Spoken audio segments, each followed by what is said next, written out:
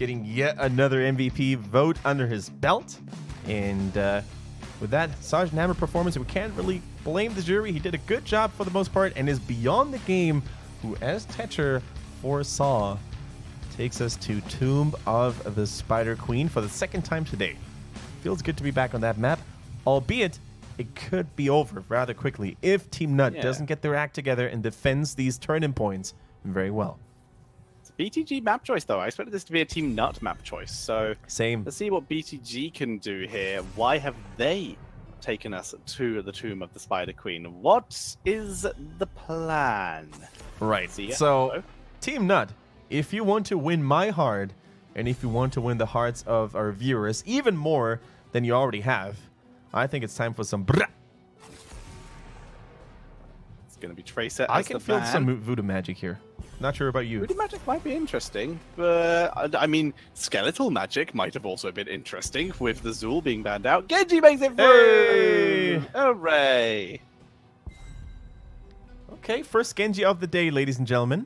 It's probably going to be known that hero. A very, very, very dangerous player to have that hero on him. So let's see. The Zool ban, of course, is maybe a little inside information here that BTG has. Maybe they've practiced against TeamNut in the past, you know, and there was a little bit of Zool play implemented. So better be safe than sorry. And that's the beautiful thing about triple bans here right now, right? You can sometimes go for these target bans, for these individual tailored bans without wasting one altogether. Yeah. We really are going into that meme now, as chat has already caught on with, okay, Genji, I guess. I haven't played Genji in a while. I haven't played Genji in a while. That's true, though, for China. Good. Okay. Jaina gets banned out. Interesting, because that would have been good with their comp, so I'm not sure what the plan is there.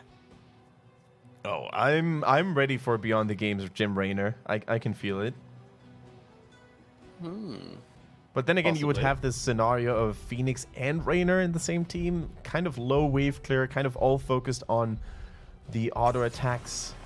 So yeah, maybe it's going to be a Gul'dan. Who knows? Maybe another Chromie.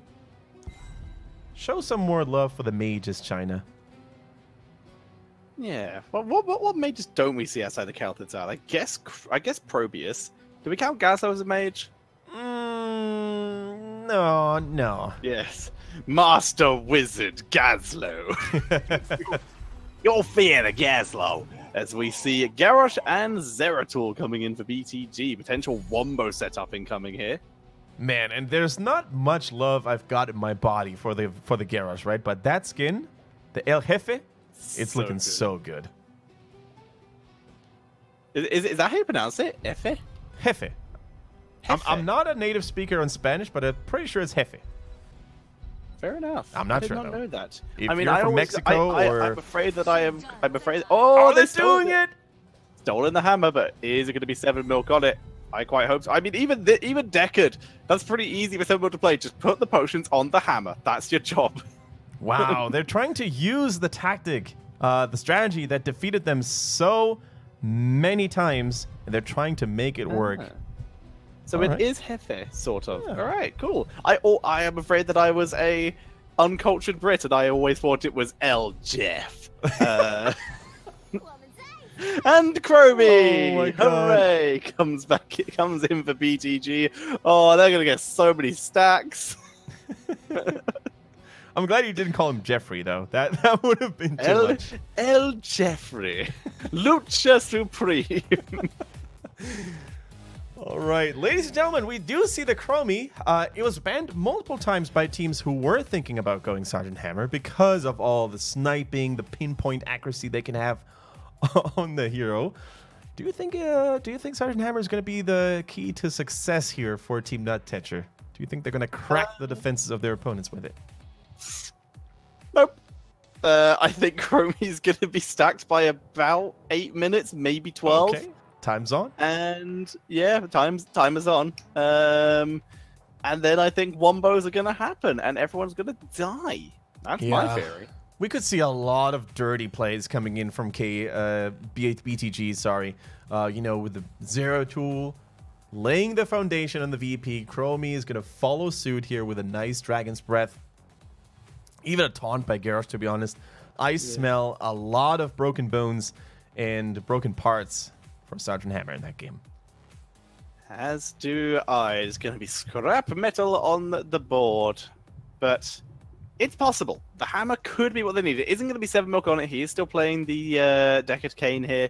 So maybe all of the stars will align. They're going to be able to protect against Chromie, stop her getting all those sandblasts off. Hammer, Tui on it, be able to unsiege at the perfect moments. They're going to be able to out-rotate and avoid Chromie. That's going to have to be the play.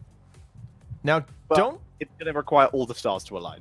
Don't follow whoever's playing Chromie on the side of Beyond the Game. Probably, maybe dancing? Yeah, I think it's probably going to be dancing.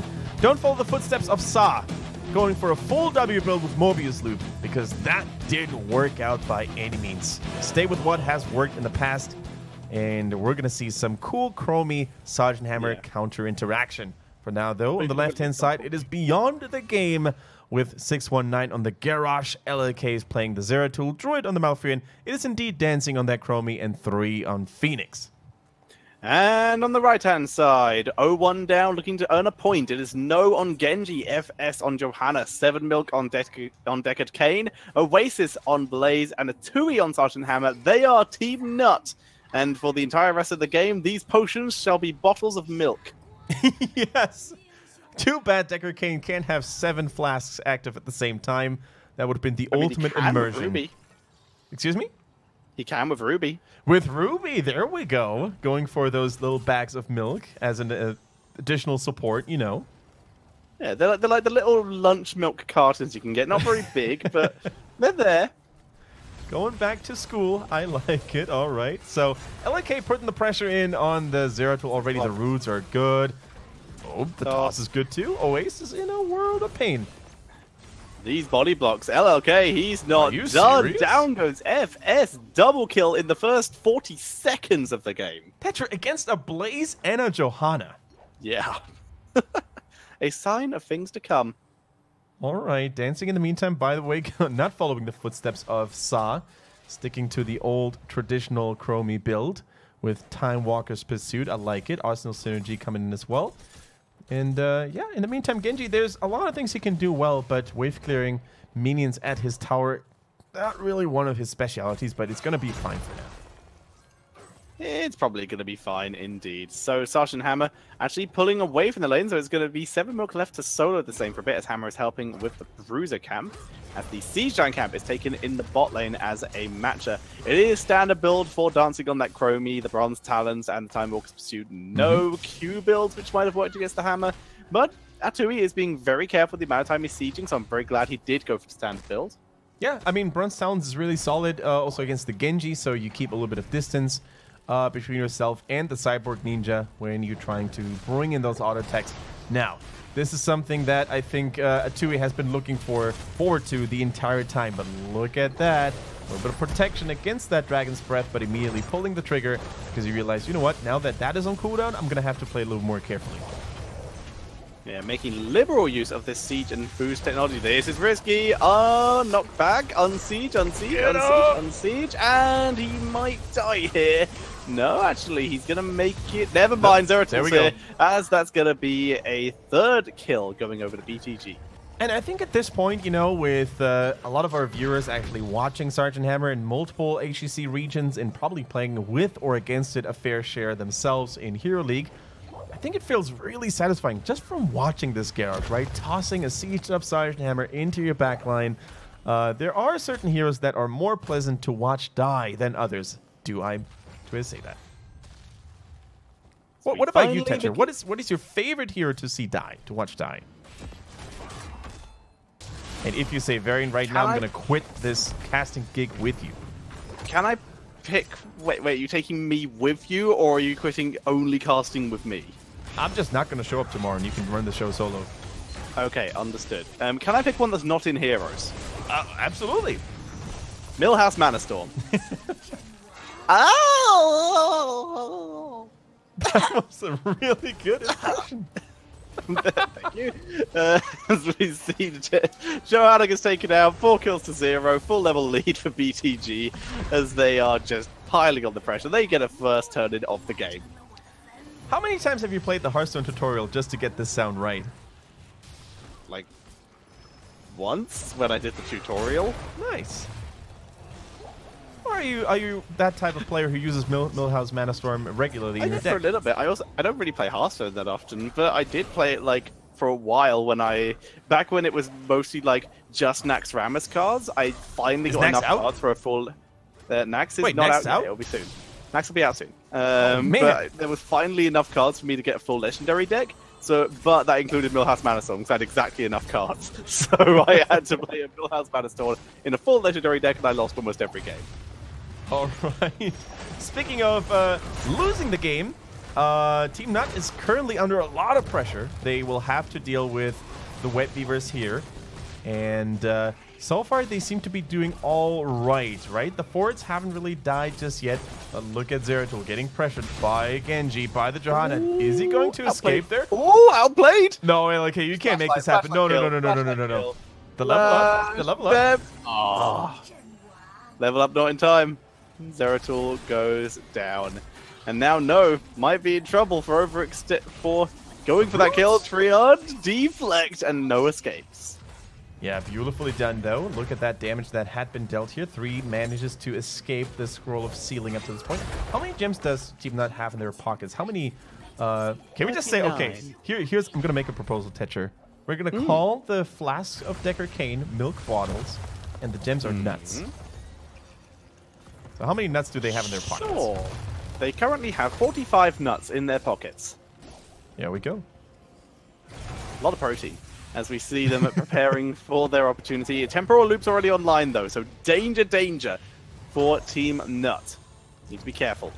28 stacks here, we can see on the Chromie and her Sand Blast quest.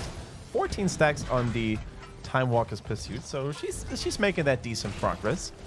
But right now, of course, on Tomb of the Spider Queen, where there's rotations happening all the time, it's a little harder to complete it, right? If you don't face your opponents like head on, right on all the time, compared to a map like Praxis, for example. Chromie's definitely trying to stack up those Sandblasts, but she's not in lane with Hammer at the moment. She's trying to keep up with the laning phase, as No doesn't actually push up the lane very well, so it is just poke attempts coming in here every now and again for both teams. As 50 gems now, 50 nuts, sorry, in the pocket of TeamNut. It's BTG. They're approaching having enough for another turn in, currently 13 away. That is correct. So the question is, are they going to be sneaky enough to turn in all those nuts and basically get this Web Weaver push before BTG will have enough gems themselves and maybe brute force it? Oh my goodness, the jump into the time trap, that is unfortunate. Into the roots as well. Temporal Loop, there's nothing left for Genji to get away with. But Chromie just didn't set up a combo. They're still going to get the kill, but it was a little bit more delayed than it could have been, and that was at least 13 gems dropped here by TeamNut. Yeah, that is a lot of momentum now lost for them, right? They really tried so hard to make it pay. The question is, how effective would it have been? Oh, the last second Iron Skin here, and the Laws of Hope. No, never mind. It wasn't even the Laws of Hope. It was a Globe, I believe. And the Vorpal Blade, though, just let him run away. Just wait for it to expire. The teleported in for the kill. Nice and clean and neat. As the Web Weaver still haven't been turned in, they have enough. They can get a second one if they want to. Yeah, the question is, how much do they want to actually get done before that? Siege Giant's getting a little bit of momentum roll in here in the bottom lane. Blaze should be able to deal with that, though, fairly handsomely. So Genji guarding the top half, trying to block the way through for Sergeant Hammer. Uh-oh, Salvo coming in. Just on a 2e. He tanks for it. It's good. He's fine. But this has given time for the distraction in the bot lane for BTG to turn in their second Web Weaver phase. This is probably going to get them level 13 partway through this once they kill off mid-fort at minimum. All right, here come the dirty spiders, trying their best to demolish buildings of the red team. Being dropped here in the middle. Already a good defense here. Good siege mode as well by a 2e. He's definitely going to be able to fire at those Web Weavers from a safer distance. Needs to be careful, though. Gets hit by the Purple Wave and the Chromie Dragon's Breath. Trying to burn down the Johanna here. Chromie's still not fully stacked on Sandblast yet, but give it time. X-Strike. And 3 is getting absolutely wrecked. Again, currently, I will say, No is playing really well today. Yeah, he has played Deckard Cain and... oh, dear. Does he have a deflect? Oh, dear. Bet you wish you had X-Strike. Oh. No combo. Oh! Oh, there we go. Finally got him. No combos left, but he bought his team a lot of time for the clear. But No so far has been very much doing a huge amount of the work for his team today. Yeah, No and Atui, those are definitely the two busiest people in the team of TeamNut. You know, really trying to get those kills and really trying to keep their team alive. So we don't see Napalm Strike this time. Atui instead goes for the more teamfight-based heroic ability. Now, uh-oh, that's a lot of pain, even for Johanna. The bunker was so close, but yet so far. It's a good try, but the bunker now remains empty and haunted of what could have been. Now the Sandblast lands.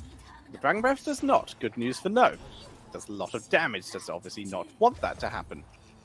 Still enough gems available for TeamNut. 19 out of 50 and 52 on their accounts. So 46. It's really cool by the observer that he shows us the progress over those quests. Good timing. It's really good. Thumbs up. Both thumbs up indeed. So cool to see. Now then, what are BTG going to do now? They don't have enough gems for another turn. In fact, they're almost only halfway there. So some patience is going to have to be used here. They've already captured the Siege Giant camp in the bot lane. So I guess now it's just wait for the opponents to push the lanes to them so they can get gems. Yeah, and No basically has been chilling in that same bush all the time. He needs to be careful not to get an AFK warning at this point. He was just scouting out the perimeter, trying to find out where Beyond the Game was going to move at. Are they really going to go for that boss, or are they just check? Okay. I mean, I guess why not? They have VP, Why not? They have to Pro Loop. It's going to allow the turn in. So it's going to be turn in versus boss. They know now. Happening. They're not in time though, it's gone. Yeah. They were distracted a little bit, and they're even held by these minions, slowing them down a little bit. The minions of BTG helping to secure the boss here. Now they actually come into this choke point, which they might not be able to leave anymore. Salvo.